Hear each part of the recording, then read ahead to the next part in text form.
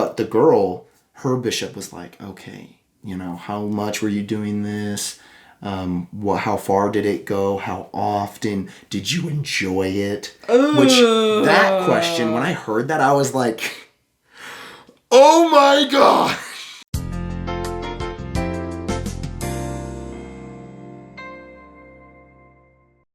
Hey, what's up guys? Ex-Morgan with My Spiritual Life. Today, I'm super excited because I have my awesome brother. That's you. I was waiting for a fist bump. Oh, my bad. My bad. I didn't realize that was my bad. I thought you were going to say my name, and then I thought you forgot my name. I was going to say it as we fist bump. It's all rude. Oh. This is Parker. It's my awesome brother. No, wait. You were going to say my name when we fist bump. Parker. Yeah. And, I am so excited that he agreed to do a video with me. And this video is going to be awesome because we're just going to be having a conversation. And it's almost the 4th of July, so enjoy all the fireworks in the background because I can't stop them from happening. So, happy Day of Independence, everybody. We are going to be talking about, with regards to Mormonism, the advice that a lot of people get, which is you should, if they're thinking of leaving or if they do leave, you should just stay Mormon just in case. Now, a little bit of background about Parker is that he is still member of the Church of Jesus Christ of Latter-day Saints. Yeah. He is still that guy, and I would describe him to you as fairly nuanced because he is not like a Molly Mormon that's gonna have his underwear tied up in a knot. Not that everyone's that way, but so he's awesome, and not that all Mormons are that way, but there are some. So here we go. Well, and just to like clarify on that, I just think there are. I'm like trying to touch my glasses that I don't have on right now. Yep.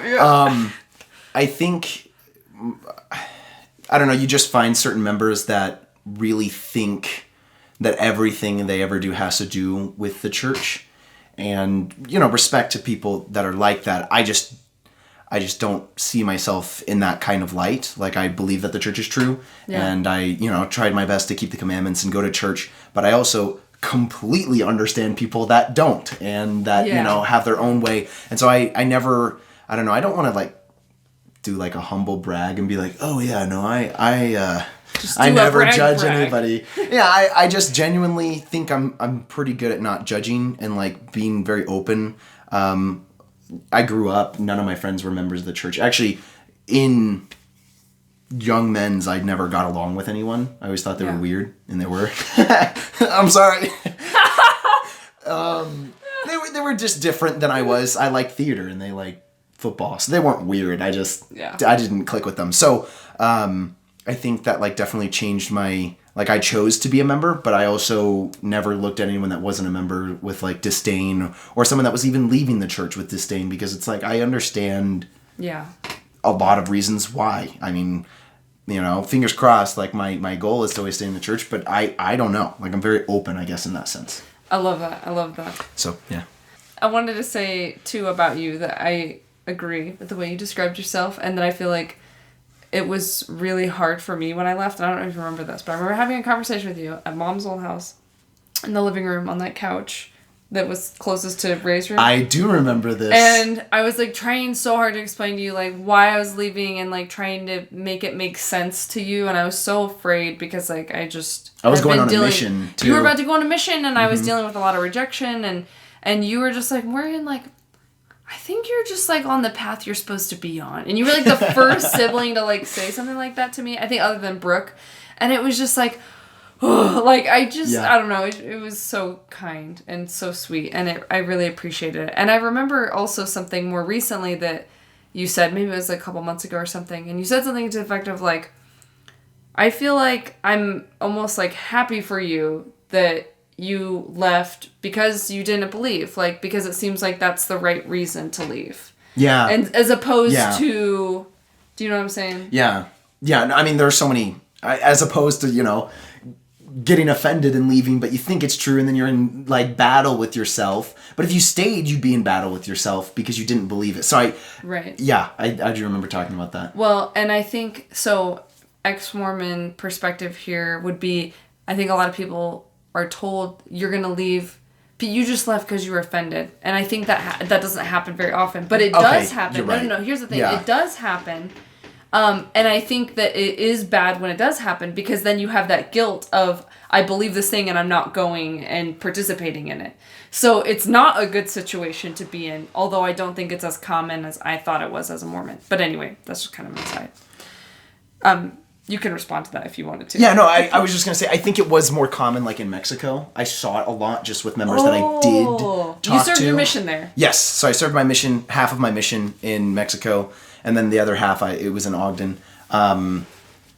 Because of COVID, I got thrown around, and so that's where I ended up. But yeah, when I was in Mexico, I actually did find a lot of members that didn't go because, something had happened that they were like, no me cae bien el obispo, like they didn't like the bishop or he had said something. So interesting. But I feel like the majority, I would say it was a good like 20% of the time, it might have been something that offended them. The other 80% of the time, if they believed, it was just because it was inconvenient to go.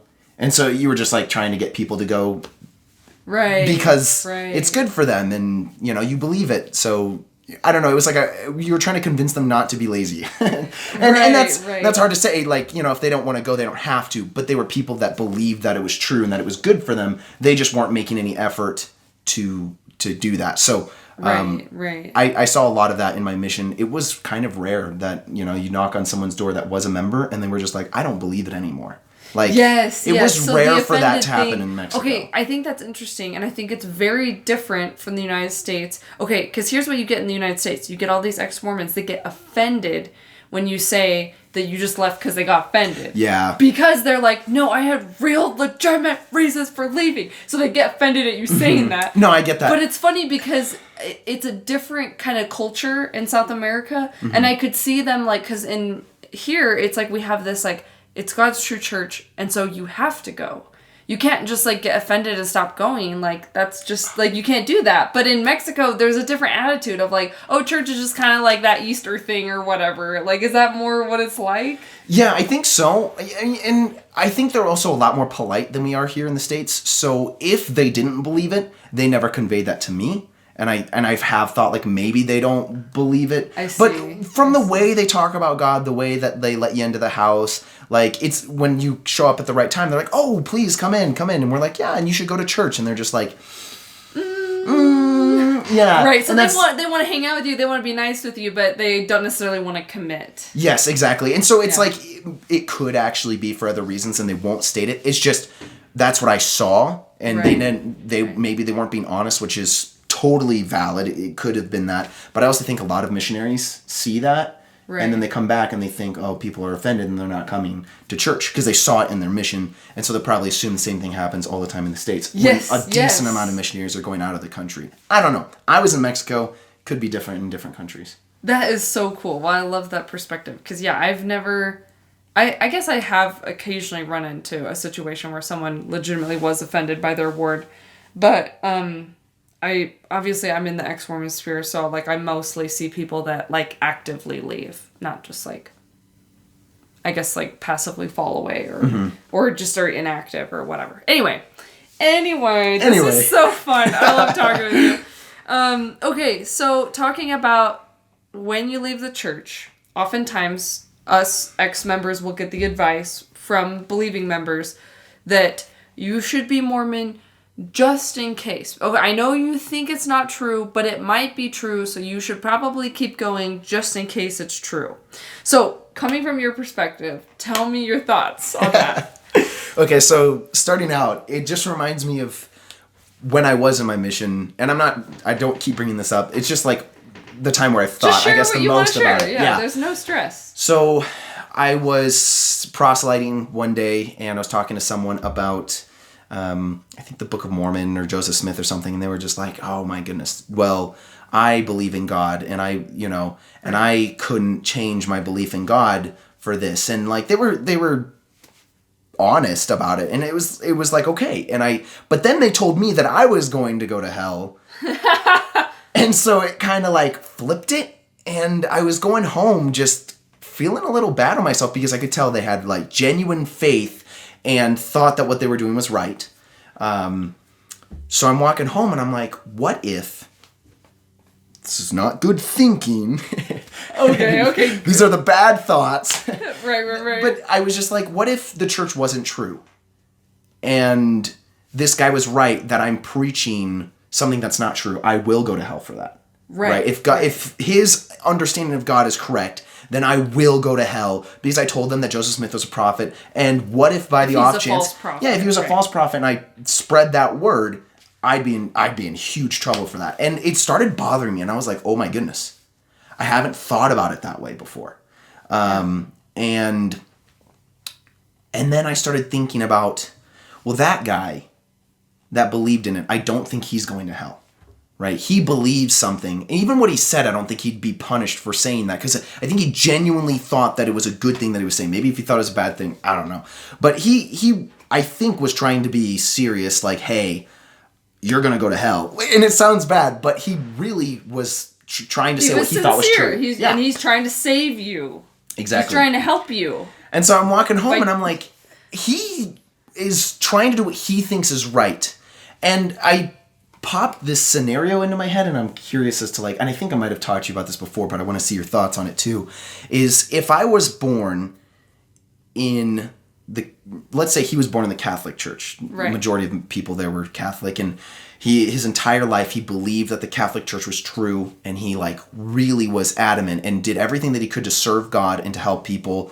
And here I am, I'm in the Church of Jesus Christ of Latter-day Saints. Let's say I wasn't not believing of a member, but I just stayed in there just because I was supposed to. That's what it was expected of me. And I went my entire life, and I just did the very Went basic. Through the motion. Yes. Yeah, I go through the temple, get married, have kids, but you don't really do that much more besides that, and you don't really feel it. You just do it just to do it. Just very much like a Mormon by practice, but not in your heart, maybe. Yeah. Okay. Yeah, and I think that's a good way to say it. You. So if I died in this situation and he died and we both went up to heaven, is God going to look at me and say,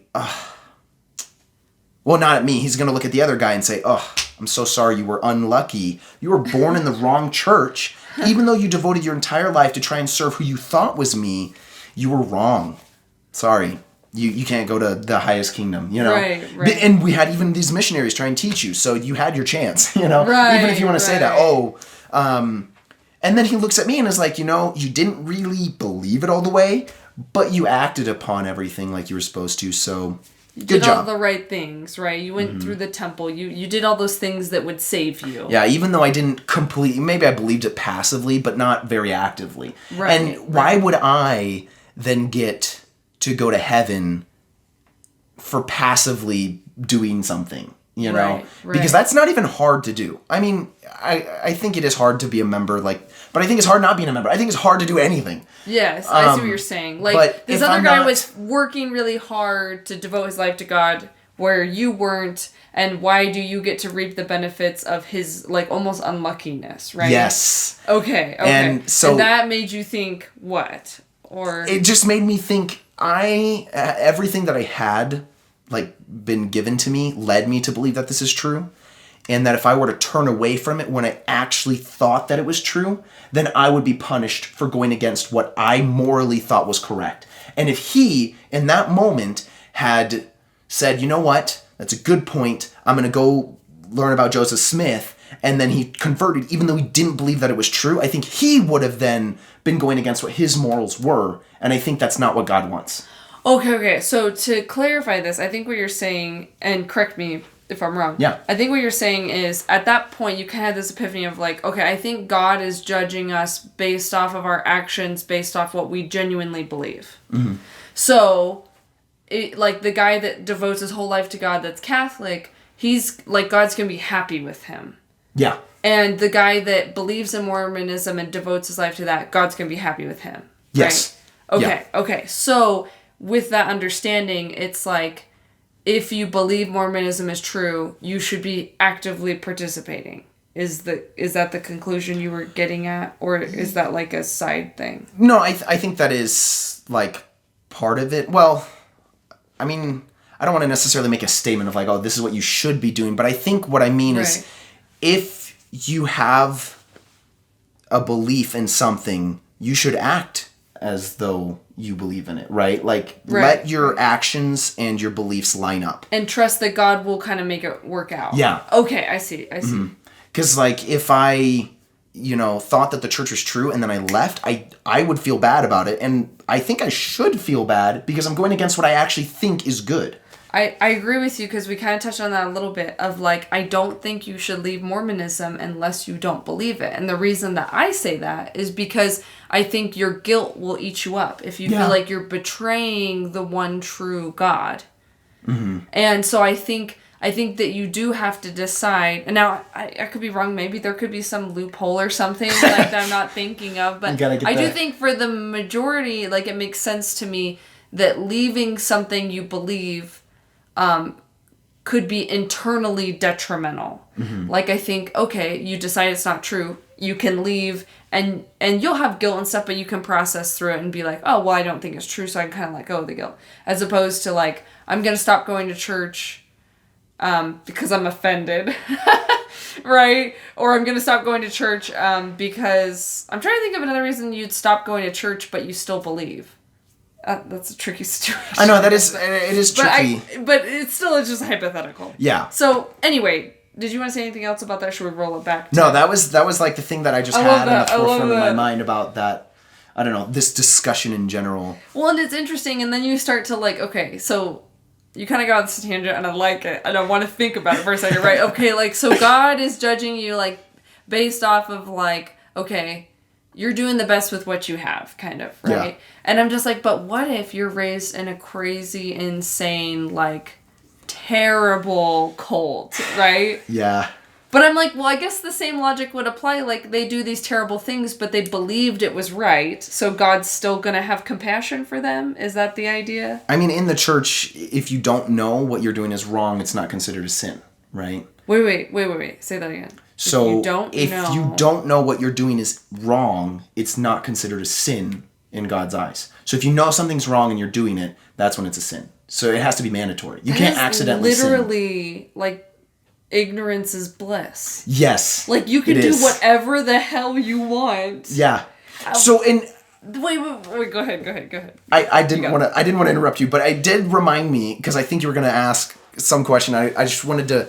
I remember listening to a talk, and the guy was talking about... A missionary literally brought this up to him. He's like, then why are we condemning these people by telling them the truth? Oh, like they're worse off. Yes, they're worse off if we tell them, and then they reject it. And... I think he asked this to an apostle. I forget exactly. I listened to it when I was a missionary. It sounds familiar to me as well. But he was like, we are sending them off. Like, if we don't tell them, then we're sending them off to meet Heavenly Father completely unprepared. And not only that, but the amount of joy that they can experience in this life from learning to know God.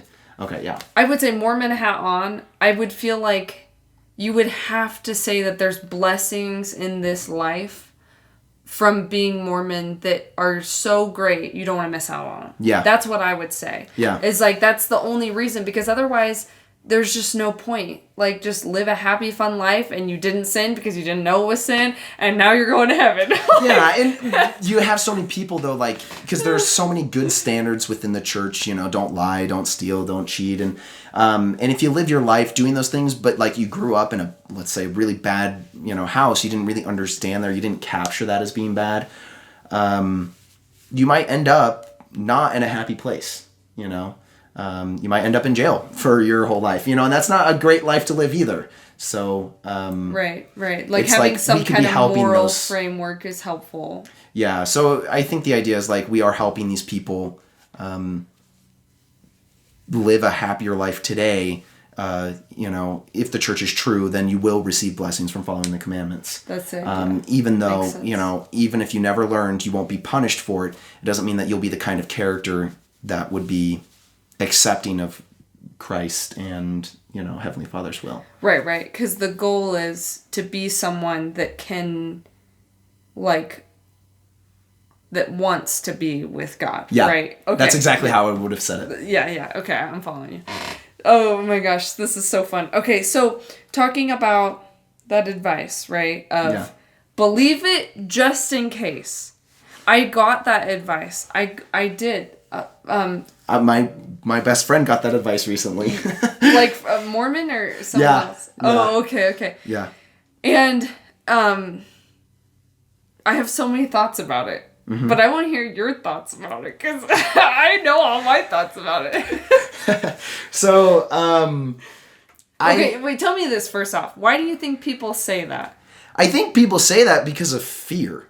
That's exactly what I was going to say. Yeah, I think they're genuinely scared. They're like, can you please, like, I really want you to be in heaven with me. Like, yeah, they're scared. I think it comes from a place of fear that we don't trust that God will make things right.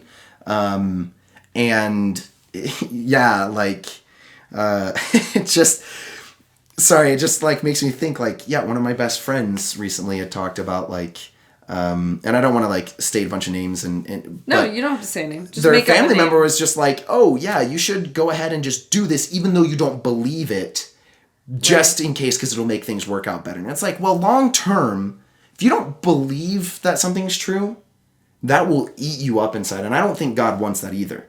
Why?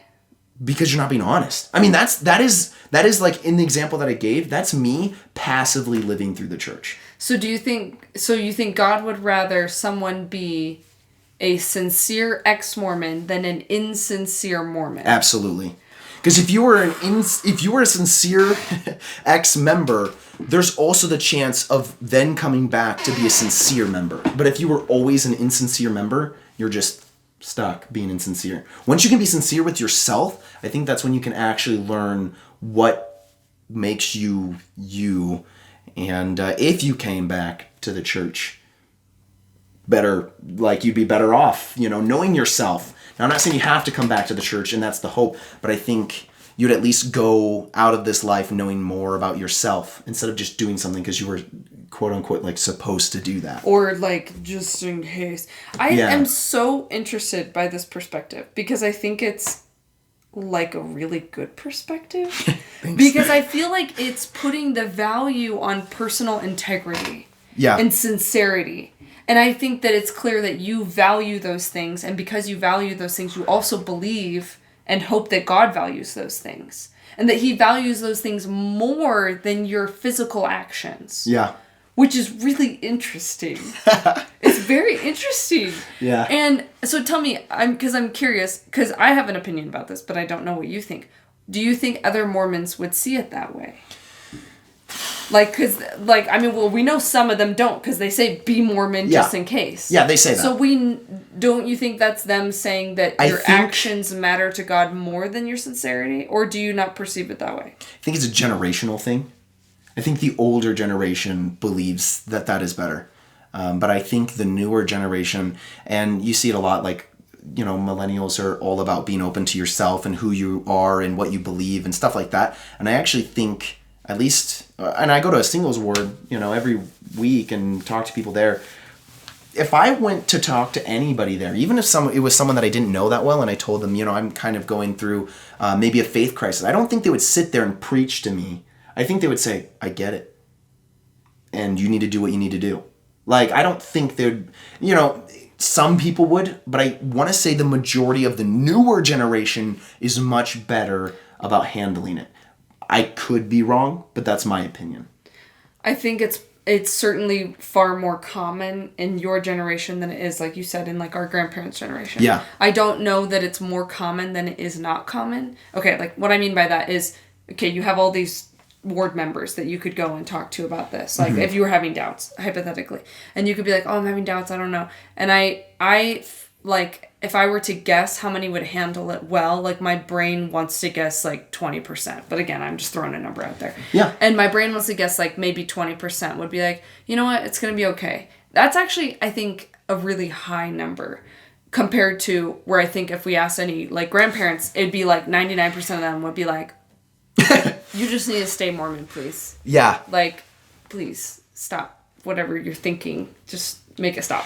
And now the 20%, I am totally ballparking that because I'm not really around young Mormons enough to have any clue. Yeah. But you seem to think that at least half, or if not a majority, but you're not sure. I mean, yeah, I could be wrong. I choose to be around people that I think are more open-minded. So maybe it's based off of your friends. It could be based off of my friends, but I also know that, like, random people will talk about how annoying it is when they meet someone that is so, like, you need to stay in the church, doesn't matter. And I know that this is actually something that people... You know, if I told anyone that, like, oh yeah, this person said I need to stay in the church no matter what, just because, I want to say the majority of people would be like, what? No, that doesn't make sense. You know, and I don't think God will want that either.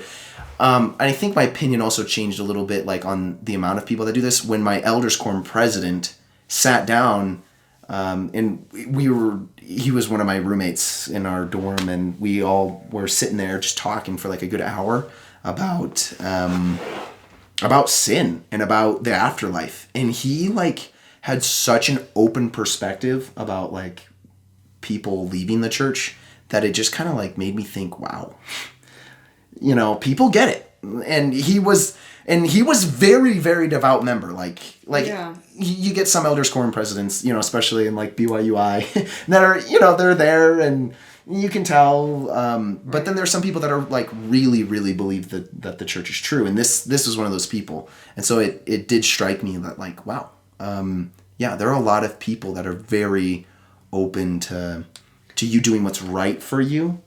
That's cool. That's really cool. Are accepting of you, even if, like, they wouldn't say, oh, you should just be a member just because. I think the majority of members would say, keep trying. Yeah. Yeah, I can see that.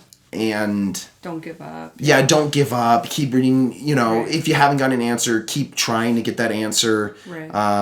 And I bet you a majority of them, if you prayed and felt like your answer was to not stay in the church, bet you they'd be like, I don't think God said that. But of course they would think that. Yeah. And of course they would say that because... It makes sense. They believe that the church is actually inspired of God. So, like, why couldn't they, you know, think that? But I think they are more open than the older generation is. I agree with that, for sure. They're, like, far more so. Well, and it makes me wonder, too, that I think partly the reason they're open, it is a generational thing as, like, I'm a millennial. My generation started to be a lot more accepting than, like, our grandparents were for a lot of reasons. But I think that part of it, too, part of why the younger people are more accepting, this is my opinion, I don't know for sure, is because they are seeing people leave more. And when you see someone leave, you have to kind of, like, reconcile it in your brain, and you start to just, like realize, like, oh, maybe this isn't, like, a big deal. Especially when you see it happening, like, with a lot of people. Yeah. And I think for some people it can scare them more, maybe. But I think for a lot of people it kind of just starts to chill them out. Like, oh, yeah, well, I know other people have left, you know. I think there's also just so much information out there about, like, other religions and stuff that we don't feel so close-minded. Like, this is the only way to move forward. And we can see that other people are successful in anything that they're doing. At least today, it's easier to, you know, go online and see someone making money doing whatever task. And we're very much a follow your dreams kind of people. Generation. Yeah, like it's very different. That's true. There's different priorities. Yeah, so I think that ties into it. Yeah, I definitely think it does. Yeah. Cut. Thank you. Cut. Thank you. Okay, so I'm just thinking gonna be in the camera? Oh, no, okay. No, No, thank you for... You got my back.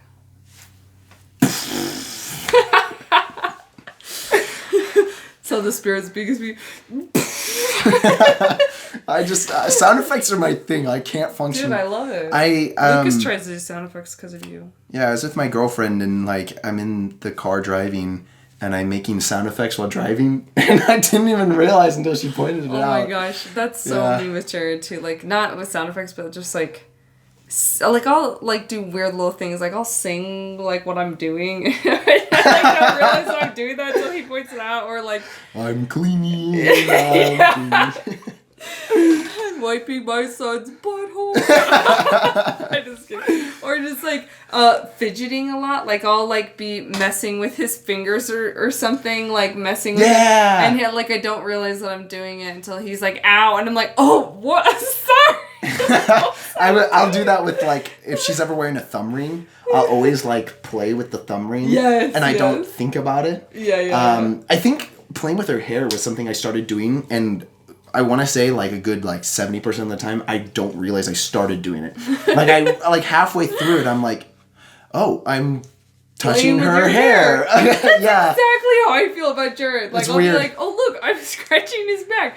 Damn it, I didn't want to. I'm tired. I'll literally do that. Yeah, I have done that. I've been like, I didn't know I wanted to play with her hair right now, but I am. It's a weird, that's funny that you do that too. So It makes me feel good about myself. I'm like, oh, I'm so caring. I'm so that nice. Subconsciously, I just decided to do this. I'll act like I meant to. That is funny to me that, like, because I will literally be in the middle of scratching his back, like, I didn't even know I started doing this, and now I feel like I have to keep going. It's funny we both do that. Yeah, and my gosh. I've done that same thing. Like, I guess I'll keep doing it. That's so random. Okay, so, back to that advice of, you get that advice, you're leaving the church, you get that advice of like, God, maybe you should be Mormon just in case, right? Mm-hmm. And I was thinking about that because I had a good friend of mine say that, and especially when the COVID crap really hit the fan.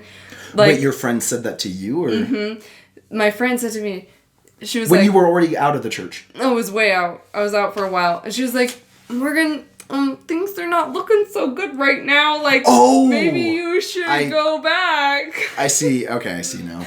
Yep. And I was just like, you know what? I'm not afraid. Like, I think if God came back right now, I think he'd understand exactly what I was going through of like why I didn't believe and why I didn't know what to believe and why, you know. And so I was just like, I don't feel compelled to be Mormon out of fear.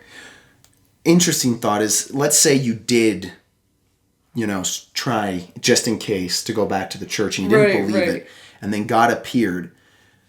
Would you feel more scared that you didn't truly believe it and you were like just in the church like just cause? Faking it? Yeah, right? like wouldn't you be more concerned about being caught as a faker?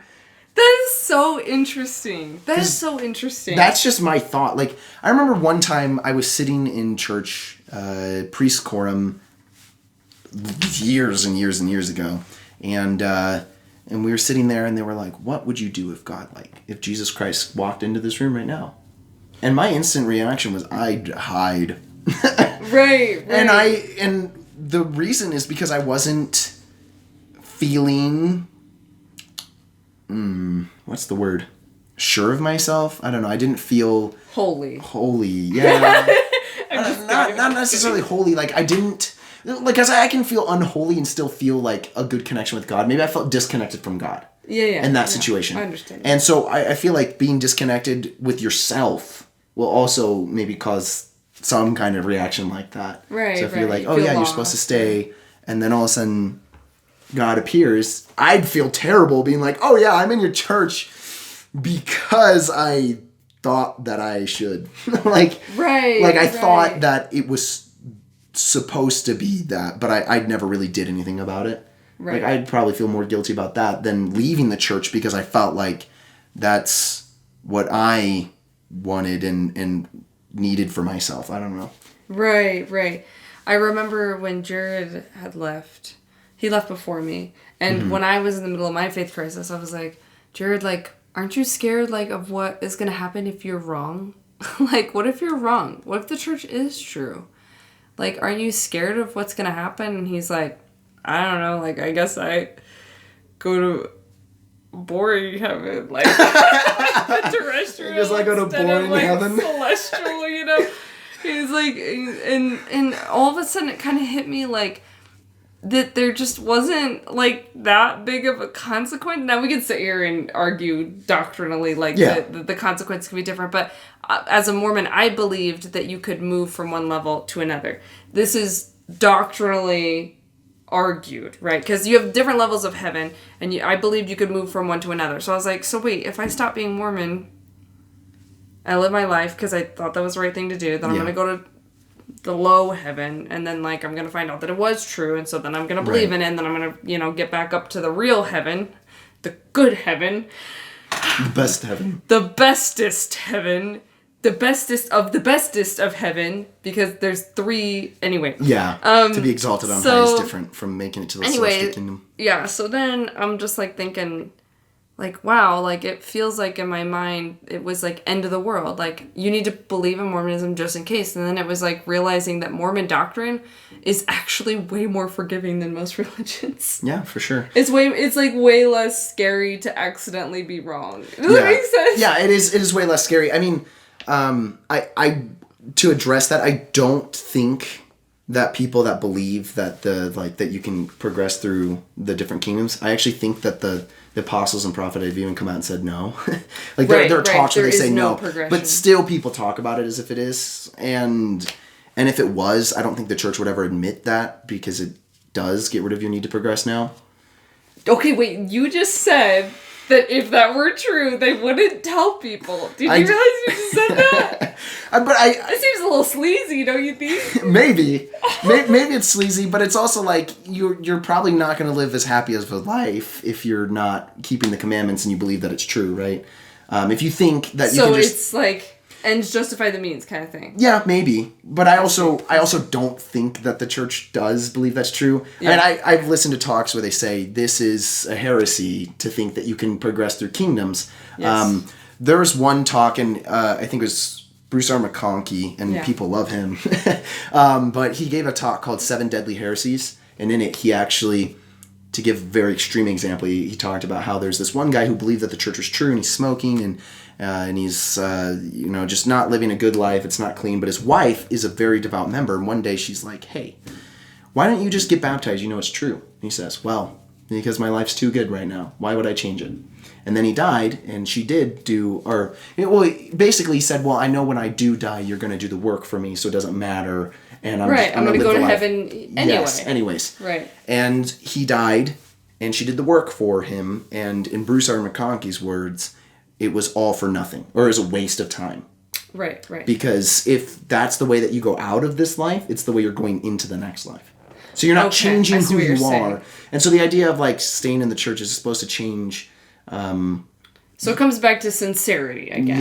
Yeah, and that's really what I'm thinking about. Like, I think God cares about sincerity more than you by chance being in the correct church. That's just my thought. I get where you're coming from, especially because it feels like if you can't view it that way, if you can't view it like which kingdom you go to is the one you're going to stay at, and if you can't view it like you got to take it seriously, then there's no point in being Mormon. Yeah. There's just no point. And if there's no point in being Mormon, then like why bother? So it's like it makes sense to me that like it would have to be founded on like there's an important reason to be Mormon right now. Yeah, and I still don't want to like dismiss the idea that I still think that the plan of salvation is extremely forgiving. I actually think, the celestial kingdom is supposed to be happier than we were in the pre-existence. So God sent us to earth with the chance that we failed, but we still end up happier than we would have been if we never came to earth. Right. And so that's like, I don't know, that makes me feel better. Wait, wasn't it that Joseph Smith said that the terrestrial, or which one's the lowest one? Sea turtle. Thank telestial. You. Telestial. Wasn't it that the telestial world is better than Earth? Yeah, I forget if that's true or if it's... I'm pretty sure that he said that people would like kill themselves if they knew how good it was. I know Mom said that, and I think I've heard it somewhere else before. I don't know if that's true. I think it was him trying to be very optimistic. And this was... Okay, if you think about it from this perspective, a lot of religions were very negative at the time. Of like, you believe in Jesus or you are going to hell. And that's pretty much it. So I think he was trying to have this really optimistic perspective. If it's true that he said that, and I think he did. He was trying to have this really optimistic perspective of like, hey, even if you really mess up, you're still going to go to like a really good place. Yeah. And you know what I mean? I think the thing that I always laugh about when I hear someone say that, because maybe he said it, I don't know if Joseph Smith said it. Some of me thinks he didn't say that specifically. Sure. Because if you were to kill yourself, you wouldn't just go to the celestial kingdom. You have spirit prison or spirit paradise until the second coming when you're resurrected, and then you go to that kingdom. So if you were to like, I don't know, if you committed suicide right now, it doesn't instantly get you to the celestial kingdom and you're hoping that it's all happy and stuff. You're waiting until then. So that's why I think that it might not be true, because it just doesn't hold up in my mind. Right. But I don't know. He could have said it. There are weird things that have been said. I'll just say that. Yep. There are weird things that have been said. Yeah, well, and that's something I really respect about you, like, as a Mormon. Yeah. Just the fact that, like, you're not, like, blinding yourself from this information. The information that doesn't shine a good light on the church's history. Mm-hmm. And I appreciate that about you, because a lot of people just choose not to look at it because most of them just don't know, I think. But the ones that, I think they hadn't known. I also think part of the acceptance also from the new generation is, like, the amount of information out there. Right. It's hard for you. I think it's easier for people to understand why people are leaving. Yeah. Because they can also see, we've like, had the CES letter out for so long. That too, yeah. And you have so many different outlets of hearing about these stories. But I don't know, like, you're my sister, so I've had a lot of exposure, so I could That's true. You could be biased, wrong. But I've definitely heard a lot of it, so... yeah. Well, and you heard a lot of it not from me. Not like you. Yeah. But which is crazy to me, because, like, I didn't know any of it. That's funny. Maybe it was part of my mission. I also think I just didn't hang out with people that were members, and so I hear a lot of controversial things. That's good. Also, Saints, like the volume of Saints, talks a lot about the controversy, and from the perspective of the church, but it's in there. They talk about how Joseph Smith had multiple wives and how one was 14 years old, I think. Like, and they talked about, like, the actual evidence of it, but right. But then they also talked about, like, we don't have evidence of this specifically happening, like, of him, like, having sexual relations, but some people disagree. But it's like, it's out there. The church is not trying to hide, at least everything. They're not trying to hide everything. I'll say that. Well, and I might disagree with that last part there, just everything. A little bit. Well, then not okay. What I'll say is I think that the book Saints was them trying to get ahead of all the destructive information. Right. But I think that they have hidden a lot of stuff. Yes. Well, from what I've seen. And I think you're right. But I also think from, like, even a stance of, like, keeping members in the church, like, you think that the church is true, and all of a sudden they're starting to find out this information from people that don't believe it. Well, let's give them the information from the people that do. Yeah. Yes, because we know that this has happened, but we believe it. We just, I don't know, like... I see what you're saying. Well, and here's the thing, they get that perspective of, we believe it's true. Now, this is my opinion, because some people don't think the apostles believe it. We believe it's true, and we believe this is destroying testimonies, this stuff, so we don't want them exposed to it, because destroying testimonies is bad. Yeah. And that's, you know what I mean? And I don't agree with that logic, because I think truth is always the best case. The more truth we can get, the better off we are. So I don't agree that the church wasn't open about it, but I also don't know if they knew how to go about it either. Yeah. That's fair. I mean, it's a complicated organization for sure. Yes, very complicated. And there are some people that have been better leaders in the church than others. Yeah. For sure. Yeah. For sure. We can agree with that. So. Yeah. Brigham Young. Okay, yeah. You want to know what's funny about that is, just as a random side note, Brigham Young, one of my friends from high school, Tim, you probably remember him. Tim! Yeah. I would always tell him about Brigham Young because I wanted to go to BYU. I'd be like, I want to go to BYU. And he thought I was saying, Brigham Young. Brigham Young. And I was like, I mean, they could name it that. They really could. Like Brigham Young. Yeah, like there's so many. You get married so fast. That was so funny. I was like, you're right. That is what it's called. I get surprised, like, seeing people younger than me sit in class and be like, my wife and I were talking and isn't that weird? Raising our kid. Yeah. I'm like, oh boy, that's crazy. Yeah. Not to, like, judge them. But it's strange. It is. It's just not what I grew up around, right? Like, I grew up a member of the church, but all my friends, they're the kind of people that would date someone 5 years before they get married. Right, and here in, Rexburg. BYU, I do.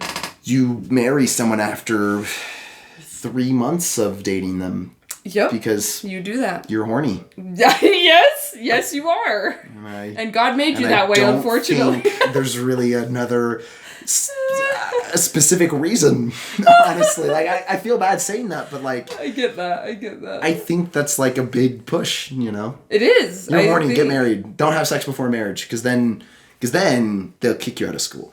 Yeah. That's... Not always. I mean, I think if like... they don't know. I think the perspective outside of the church is like, they're always like super strict and you'll get kicked out for like light things. And I've never seen that, like, I don't know. But you can also have bad bishops, so it just depends. It's bishop roulette, like Russian roulette, but with a bishop. Goodness. Yeah, I could talk about that. You could agree with that, right? I've definitely seen, like, the bishop I have right now he like takes like a best friend approach when you talk to him. Yeah. It's very nice. But awesome. I've had bishops that take the dictator approach, and you don't feel the love of God, you feel the wrath of God. Yup. Yeah. Yup. So. Thanks, God. Yeah. Yep. And so, yeah, I don't know. Definitely, if that was my luck every time, I would have left the church. And then someone would be like, oh, it's because he was offended. Yeah, well, and, and it would have been. and in a sense, it would have been. But also, like, it's not just that. Right? No, I think you have enough bad bishops and you just come to the conclusion that this is not God's church because it couldn't have so many bad bishops. Ugh. So, like, maybe the offense put you on that path, but I think ultimately, like, I mean, it just depends on the person, I guess, so. Yeah, no, I definitely feel for people that have really tried and they just keep feeling misunderstood or misrepresented and like being told things that they probably shouldn't be told or even want to be told, you know, about, you know, the situations they're going through. And that's tough, you know, because the bishop you're supposed to confide in and everything. Yeah. But like, I guess this is way off topic, but now that we're on the tangent, I just knew, or one of my friends was talking about how they had a friend that was going on a mission, and she and her boyfriend, so the girl that was going on a mission and her boyfriend, they had been intimate and had sex, and or actually, I don't know if they had sex, they had something close to having sex, right? And the boyfriend's bishop was like all chill about it. He's like, you know what? You're repenting. You're wanting to go on a mission. You didn't completely have sex. Like, just don't do it again. Slap on the wrist, basically, is good. Didn't ask him about it too much either. But the girl, her bishop was like, okay, you know, how much were you doing this? How far did it go? How often? Did you enjoy it? Which, that question, when I heard that, I was like... Oh my God! Like, why would that be relevant? It shouldn't be. Of course it was. I mean, I'd hope it was good. Like, why would he why else would you... that? Yeah, like, maybe he's trying to... No, that just doesn't even make sense. It's like, if she was raped, then, like, that's a different situation. But the bishop asking, did you enjoy it? What, you're gonna punish me more that I enjoyed... being sexually intimate with someone. Because why else would it be relevant? The only reason you're asking is because either you're a creep or because it's somehow relevant to the punishment. Like, you didn't enjoy it, so we're not going to punish you as much. Sex because you felt guilty the entire time. You feel guilty now. Like, I don't think it matters at all. Why would it? Yeah. That made me really mad when I heard about that. So it's like... She was planning on going on a mission. She had to wait a year before she could go out. Yeah. And the guy, he went out instantly. So it's just like... Just seems unfair. Yeah. Yeah. Yeah, and it is. It is unfair. It's definitely unfair. Right. I don't know if you'd want to claim, like, sexism. I mean, it could have had something to do with sexism. But I definitely... Well, the church does have an issue with, like, treating women having struggles with that. I will say worse than guys having it's impossible for us to know because I've heard of bishops being really hard on guys or really hard on girls, and it just depends on the person. It could have been a sexism thing, maybe, but it entirely depends on the bishop. Do I think women get punished more for sexual things overall? I would think probably, but I don't know that for sure. The only way we could know is if we did a poll or something. I do want to say that if I were to go tomorrow, let's say tomorrow was like fast and testimony meeting, and I walked in front of. Is tomorrow's fast and testimony meeting? Perfect. If I were to go and say I struggle with pornography, people would be like, "Oh man, he's being serious about it." But then they would forget. If a girl went up and said that, it'd be different. I know. Different how? Like people wouldn't forget about it. Is what I would think. Oh, like they would judge her more harshly. Mm-hmm, definitely. I agree with that. Because it's almost assumed that guys deal with it. But because so many guys deal with it, the church talks about it as if only guys deal with it. It's not true. That's true. Actually, that's a very good point. And so I think that's an issue, and it's a big cultural thing. And then for the girls that do deal with it, they feel even worse. Yes. Because they're like, oh, this is like a guy's thing. I see. It's a shame cycle. Yeah, I it's didn't awful. even think of that because it wasn't really an issue for me. For you, yeah. But I hadn't even thought of, like, if it was, I would have felt awful because it would have been this thing of, like, oh, I'm supposed to be this, like, virtuous young woman. Mm-hmm. Well, and I think it's also hard, like, if these girls go out and they're like, I want to find a guy that hasn't struggled with that. Well, I think a lot of that stigma is like, how do you say that word? A lot of that, stigma, I can't think of the word. The basically thinking that you'll find a guy that's never looked at pornography or had an issue with that, it's a low chance. Right, because our generation was still like, you find a guy that doesn't struggle with that because today he's not a worthy guy. Yeah, today that's not an issue. And now they're just most like, oh, girls, yeah. Most girls go into it thinking, okay, yeah, they might have struggled with it. Hopefully they're on the right path of not struggling with it, right? They're doing better than maybe they had been, but they never struggle with it. I would say, I wouldn't use the word most personally. I wouldn't say most, but I'd say a lot more than used to be. But I don't know that for sure. Anyway, go ahead. At least, going to a singles ward, I think I would say most girls go into it knowing that the guy is going to be... You have more experience relevant to this. Yes. So. And if they're not, they're oblivious to it. Like, they haven't thought about it. But if they have, they'll definitely understand that. But guys, I think, are oblivious to the fact that girls can struggle with this. And I think that's an issue. So that's what I was going to bring up is, like, I think there is... I don't want to, like, call it sexism, but, like, there's definitely a difference in expectation. Like, guys, I think, would be kind of freaked out if the girl had struggled with it. Now, maybe they wouldn't. Maybe they'd be very open because a lot of guys have struggled with it.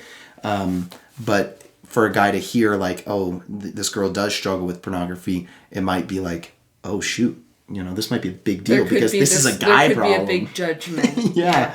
And it's ridiculous. That is really interesting. Yeah. And I think it's a bad double standard. And you may not see it all the time, but I think it's something that nobody addresses and should be addressed. Right. Yeah. How do we get on this? I don't know, but I loved all of it. I loved it all. Thank you so much for being here, for being my awesome brother. Oh. And thank you. Yeah, I always love talking with you. I've told you that before, but I'm going to tell them. I always love talking with you because I feel like you are really good at thinking through things and very open to talk to, and you never get offended, like, no matter what I say or what, like, because then I'll just be, and I feel like I can just be totally honest with you, and you, like, I don't know, you respect me, you respect my opinion, even when we don't agree. Yeah. Like, you hold a really comfortable space for me, and so I actually talk about you a lot on my channel. I'll be like, me and my brother talked about this, and like about our little spiritual conversations and stuff. Yeah. And so yeah, thank you. No, thank you. I was always, like, kind of on edge because it's like, oh, I'm a member. I'm going into this channel. Oh yeah, I it feels weird, but at the same time, like, I wanted to do it. I got to be sincere. I got to follow my own advice. Oh my gosh, yeah. And it was fun, right? This was super enjoyable. Yeah, I just wanted to talk about this. I'm trying to make sure I hold a good space, like, because I know. I'm excited for the podcast to start coming out. Parker was saying I need to put these on podcasts and not just YouTube, so maybe. Yeah, I would listen to them, honestly. Well, thank you. Yeah. Thank you guys so much for watching this video. Thank you for being here to be my awesome brother. And check out my Patreon account. There's extra videos on there. I'm doing a video with Parker for just the Patreon people, so thank you. Thank you for supporting this channel, because without your support, I just can't make it happen. I can, but then I have to pay out of pocket and spend all my time editing videos, and it's just like, it's a lot. So thank you. Thank you. And I'll see you guys in the next video. Peace.